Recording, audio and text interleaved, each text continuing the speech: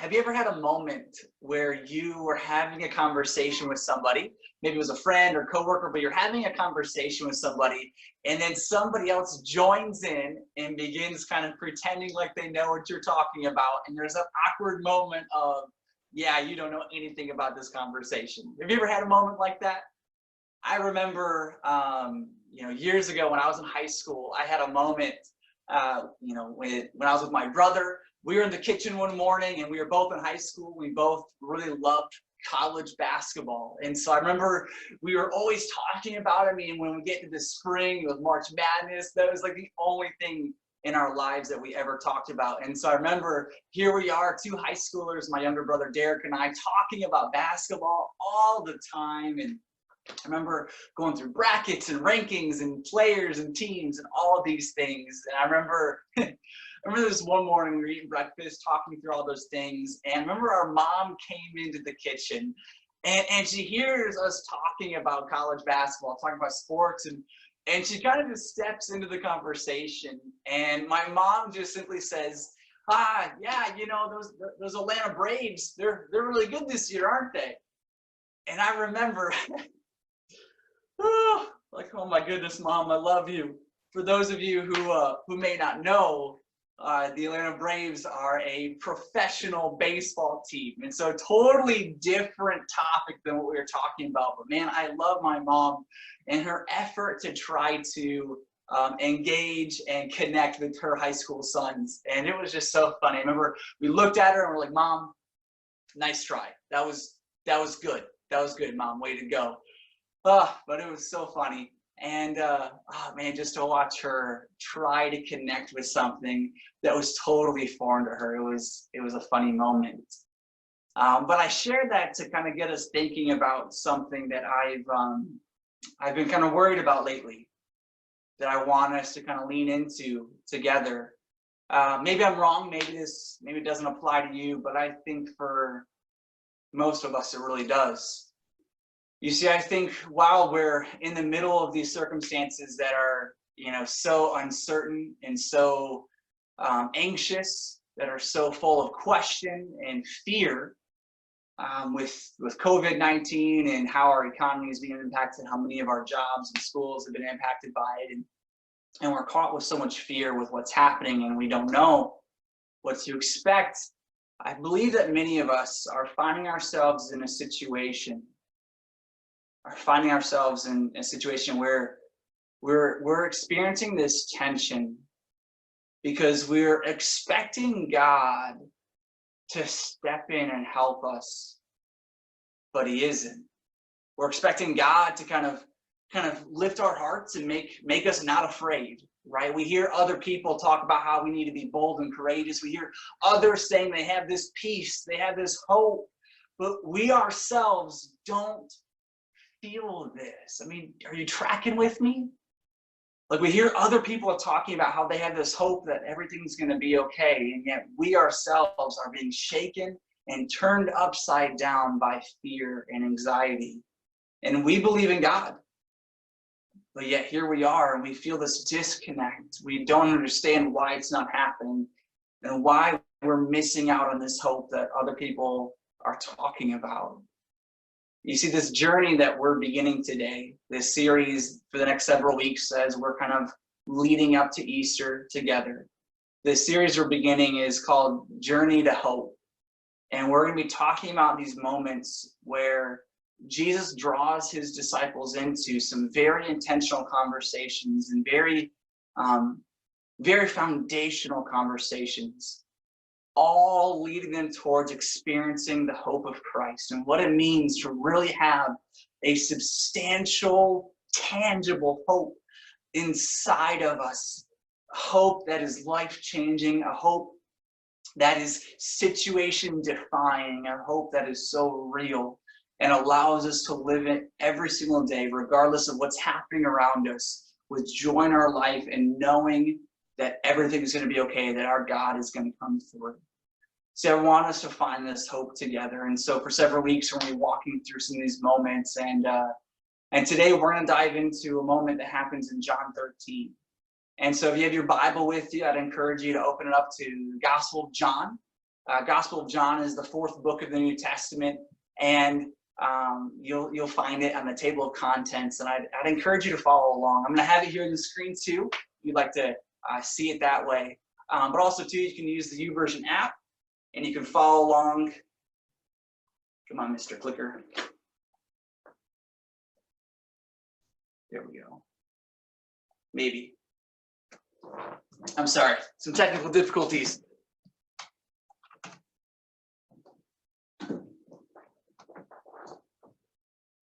Well, I was hoping to get this to work. No, what's going on?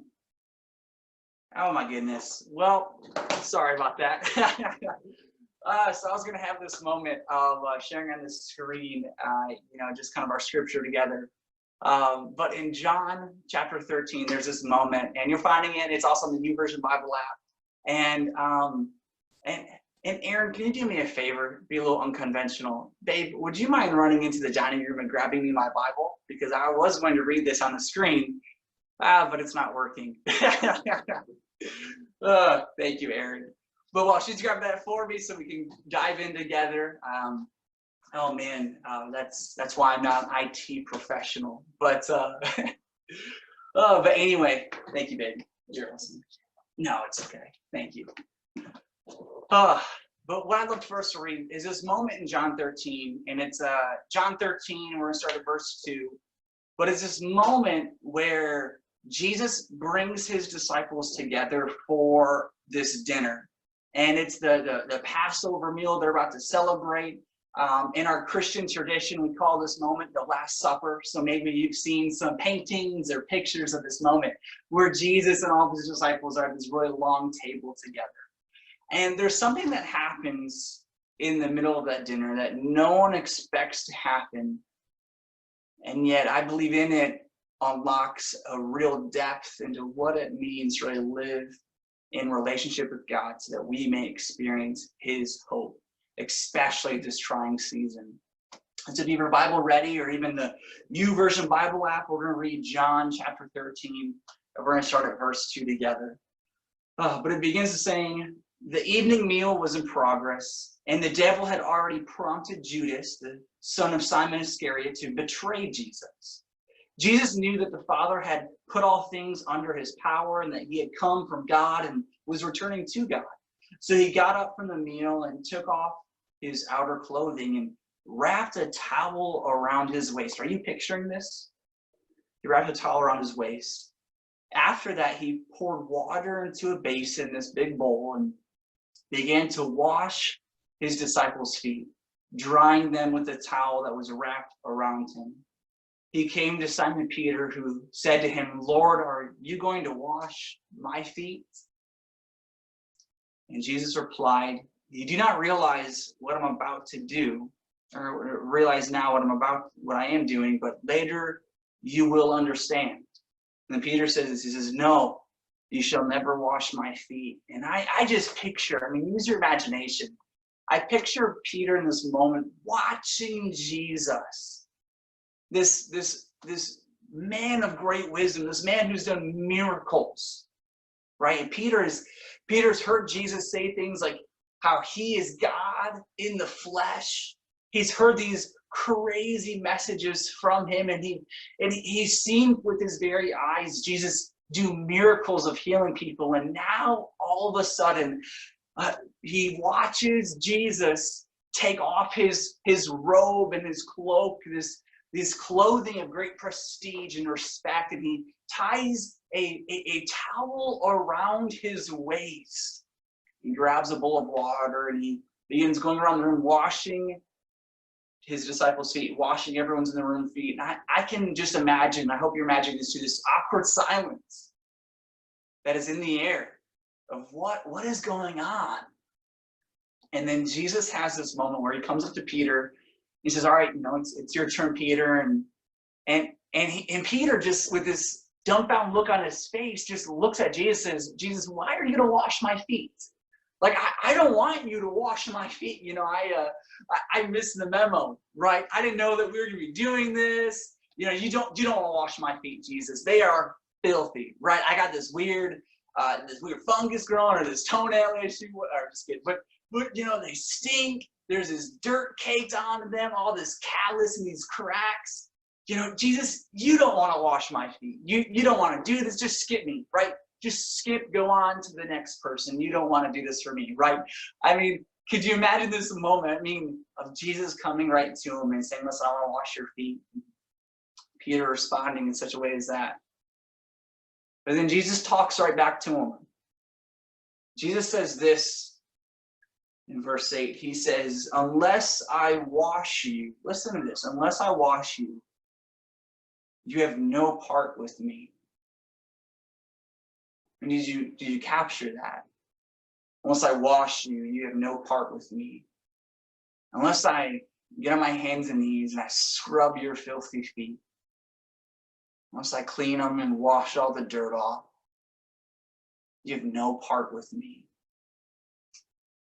See, in this moment, it's a little bizarre that Jesus would do something like this. It's bizarre that Jesus would ever, as the leader and the person of authority and great respect in the room, I mean, he's sitting at the head of the table. And he got up and he's doing what he's doing. I mean, no one would ever do that. Right? What Jesus is doing, going around and washing his friends' feet, are for servants. They're for people on the bottom.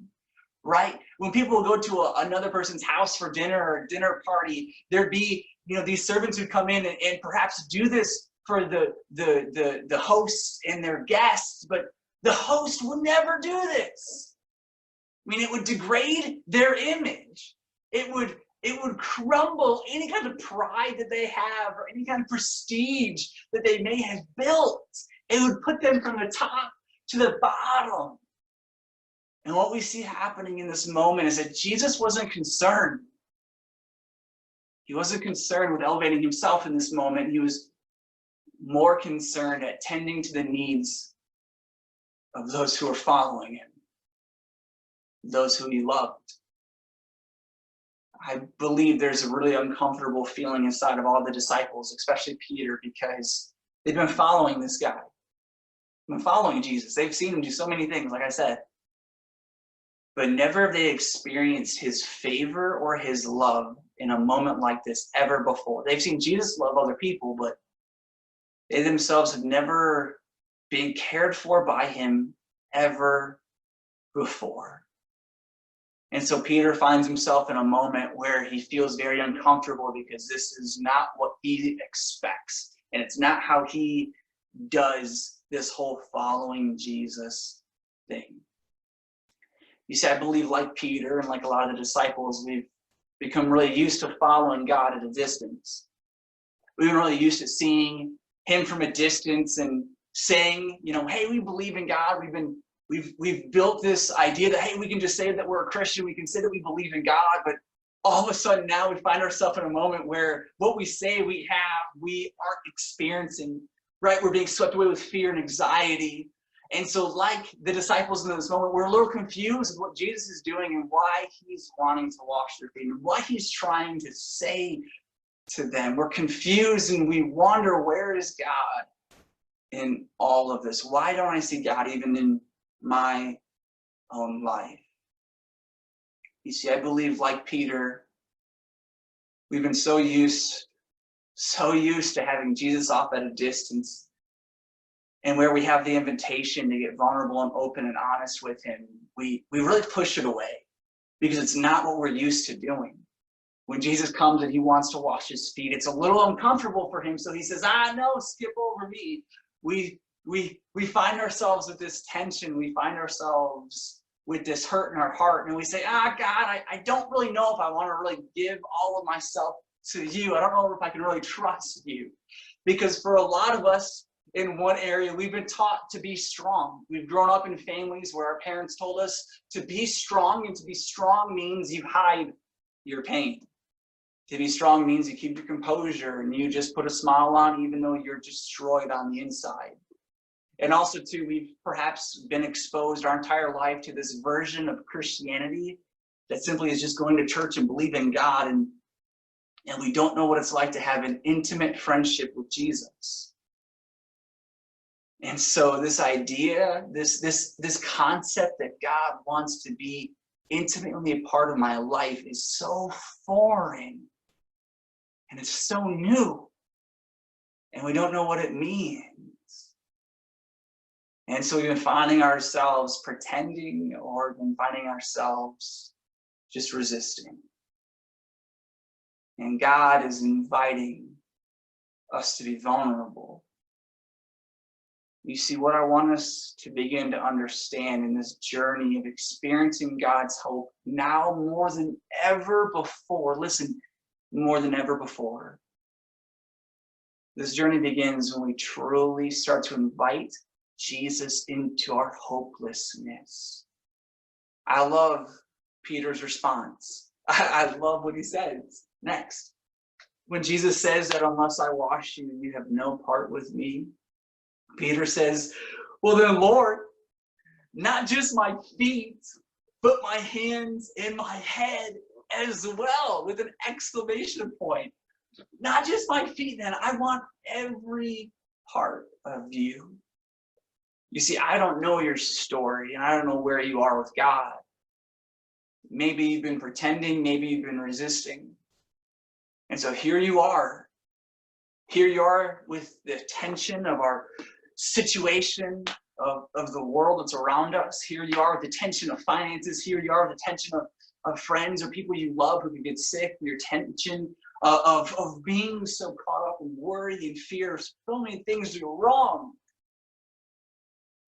And you've been pretending like everything's okay. And like, yeah, I believe in God. But you're not really trusting. Or maybe you're resisting and saying, nah, Jesus, I got this. I can do it myself. I can pull myself up by my own bootstraps. I don't need you. So here's the reality is that we'll never know what the pure depth in the weight of God's hope in our life. Hope that changes our lives. Hope that defies the circumstances around us. We'll never know it if we do not first intentionally ask Jesus to be a part of our hopelessness, because he wants to be a part of your hopelessness. He wants to be invited into your brokenness. He wants you to be vulnerable. He wants to be open and honest. See, I love the picture of Jesus as he's going around washing his disciples' feet. I picture him with a white towel, like what you'd see at a hotel or what you may have at your house. I picture him cleaning all of these grown men's feet with a white towel, and I just see him as he stands up from one person and moves to the next and then to the next. The towel gets dirtier and dirtier and just nasty, just filthy, covered in dirt. And it's around his waist. It's on him. See, I believe Jesus had this towel wrapped around him as he went and washed all their feet to show them that, listen, I'm willing to carry your dirt. I'm willing not just to help you in the midst of all this uncertainty and all of your anxiety and your fear, but I'm willing to carry it. How incredible is that? Listen, I don't know where you are with Jesus. I don't know what your story is, but you can trust him. In this journey of experiencing the depth of his hope begins when you beg for him to be a part of your hopelessness. It's when every single day and in every moment you say, Jesus, I need you. Oh, I need you. We're in our Southern culture, we're so good at looking at other people's lives and saying, oh, y'all, you need Jesus. But we need him. Church, I need him.